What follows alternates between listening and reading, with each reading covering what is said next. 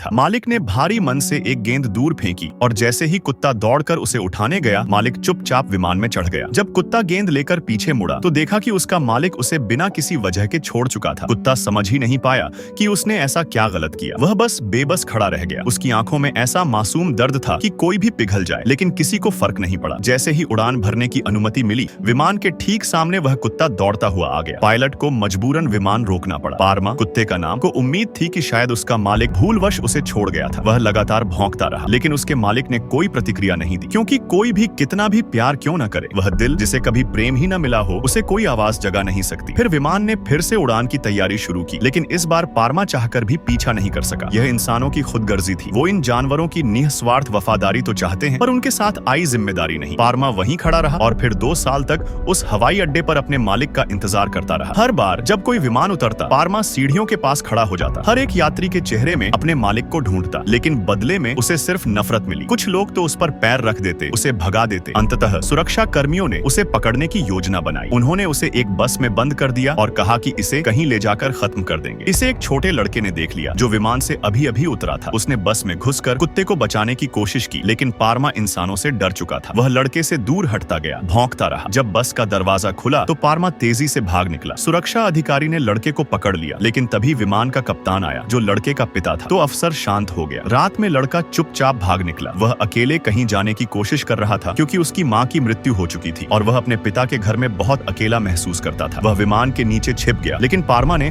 उसे देख लिया और भौंकने लगा। वह छिप नहीं पाया और विमान से कूदकर बाहर आया। दूसरे दिन पिता को मरम्मत विभाग से कॉल आया। जब वह वहां पहुंचे तो देखा कि उनका बेटा कुत्ते को गले लगाए सो रहा था। पिता बेटे को घर ले जाना चाहते थे, लेकिन बेटा मना करता है, क्योंकि वह यहाँ किसी को नहीं जानता। कर्मचारी उन्हें समझाता है अगर पारमा न होता तो वह बच्चा मर सकता था, क्योंकि विमान की ऊंचाई पर वह ठंड से जम जाता। लड़के को अब समझ में आता है कि पारमा ने उसकी जान बचाई। वह पारमा के मालिक को ढूंढना चाहता है। एक मोटी एयरपोर्ट वाली आंटी उसे मालिक का पता देती है। वह एक चिट्ठी लिखता है और उम्मीद करता है कि मालिक उसे पढ़ेगा। फिर अचानक उसका पिता एयरपोर्ट पर सिक्योरिटी गार्ड्स के साथ आ जाता है। वे पारमा को पकड़कर उसे कसाई खाने ले जाने की योजना बनाते हैं। कोरिया लड़का दौड़ता है, लेकिन उसकी ताकत कम है। एक एयर होस्टेस भी उसकी मदद करती है। आखिर में पारमा को एक वैन में भरकर ले जाया जाता है। अब उसे मारने ले जाया जा रहा है।